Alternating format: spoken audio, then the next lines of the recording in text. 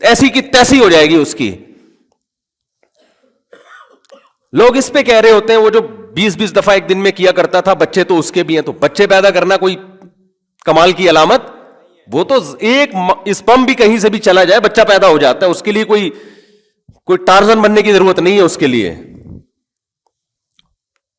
نہیں یاری میرا خیال ہے بات سمجھ میں, اس کے لیے کوئی بہت زیادہ پاورفل ہونے کی ضرورت نہیں ہے, اس کے لیے تو اسپم جو ہے وہ صحت مند ہو, بس اتنا کافی ہے. میں مانتا ہوں کہ حکیموں نے جس طرح سے آج ینگ جنریشن کو ڈرایا ہوا ہے, بعض جعلی حکیموں نے, وہ ایسا نہیں ہے, لیکن ایسا بھی نہیں ہے جیسا یہ کہہ رہے ہیں. ایک ڈاکٹر صاحب ہے, ان کا بیان میں نے سنا, وہ تھوڑا سا معتدل, ان کا اعتدال بھی آپ دیکھیں. اس لیے کہہ رہے ہیں کہ پہلے کیا ہے, کھوپڑی ہے. ہمارے حضرت فرمایا کرتے تھے اللہ جتنا علم دے نا اس سے 10 گنا زیادہ کھوپڑی ہوگی تو وہ علم کارآمد ہوگا, ورنہ وہی علم بیڑا غرق کرنے کا ذریعہ بن جائے گا. جتنا علم ہے کھوپڑی اس سے زیادہ ہونی چاہیے آپ کے پاس, عقل اس سے زیادہ ہونی چاہیے. ایک صاحب مجھے کہنے لگے ڈاکٹر کہتے ہیں یہ ہاتھ سے خواہش پوری کرنے کا کوئی نقصان نہیں. میں نے کہا وسیم جو لڑکوں کے عادی ہیں نا, کوئی وسیم بھائی کو اللہ نہ کرے کوئی وسیم بھائی بیٹھے ہوں بھائی, میں تو ایک کردار کے طور پہ بیان کرتا ہوں, کسی کو لڑکوں کی عادت پڑ جائے تو میڈیکلی تو اس کا بھی کوئی جو نقصان یہ بتا رہے ہیں وہ بھی نہیں ہے, کوئی نقصان ہے. تبھی تو پوری دنیا میں یہ لا پاس ہو گیا کہ لڑکا لڑکے سے کاسر ہے, کوئی اعتراض نہیں ہے. اگر میڈیکلی نقصان ہوتا تو اقوام متحدہ WHO اس میں رکاوٹ ڈالتا نا.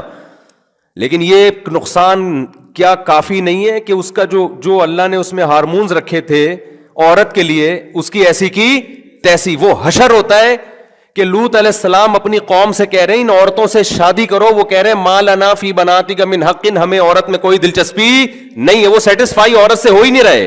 ہاتھ چلانے والے کا بھی یہی انجام ہوتا ہے, کر تو سب کچھ لے گا وہ, جو اللہ نے اس کو لذت عورت میں رکھنی تھی, بیوی سے جو اس کو محبت ہونی تھی, ایک پورا ایک پروسیس رکھا تھا نا کہ پہلے اس کے دل میں یہ خیال آئیں گے, پھر یہ ملاپ ہوگا, پھر اس انتہا پہ جا کے یہ ڈسچارج ہوگا. وہ سارا سیٹ اپ کیا ہو گیا, تباہ و برباد ہو گیا اس کا.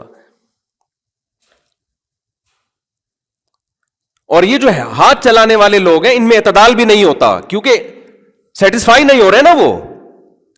اللہ نے آپ کے اندر ایک نیچر رکھی ہے کہ آپ کے عورت کو دیکھ کے خیال آتا ہے, بیوی کو دیکھ کے خیال آتا ہے, پھر آپ اس کے قریب جاتے ہیں, پھر ایک پورا پروسیس ہے, اس کے بعد آپ ڈسچارج ہوتے ہیں, تو مکمل آپ کو ایک دماغی سکون ملتا ہے. اس کے بعد جلدی خواہش پیدا نہیں ہوتی.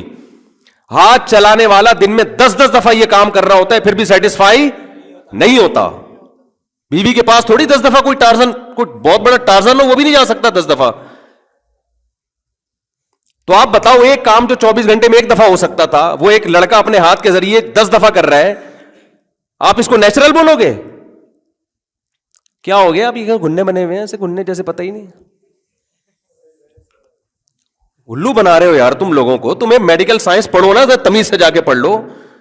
یوٹیوب پہ ہر آدمی ہر فیلڈ میں ٹانگ اڑا رہا ہے,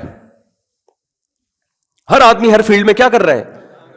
ہو سکتا ہے وہ کہ میڈیکل کی یہ رپورٹ ہے, وہ بھائی یہ رپورٹیں اپنے پاس رکھو, یہ کوئی آخری نہیں ہے. سائنس نے کوئی ایسی ترقی نہیں کی ہے کہ اب اس کے بعد ترقی کے دروازے بند ہو گئے, یہ کل چینج ہو جائے گی. نیچر سے جس نے بھی بغاوت کی ہے نا, نیچر نے اس سے انتقام لیا ہے, یہ خوب سمجھ لو, انتقام لیا ہے نیچر نے اس سے. ہاتھ چلانے والے کو سب سے بڑا عذاب اس پر یہ ہوتا ہے کہ اس کی جو لائف ہے نا شادی کے بعد کی, وہ جتنی خوبصورت ہونی چاہیے اتنی نہیں ہوتی. میں یہ نہیں کہہ رہا برباد ہو جاتی ہے, جو حکیموں نے ڈرایا ہوا ہے, جتنی ہونی چاہیے اتنی نہیں ہوتی. اس کو بہت عرصہ لگتا ہے اس نیچر پہ آنے میں.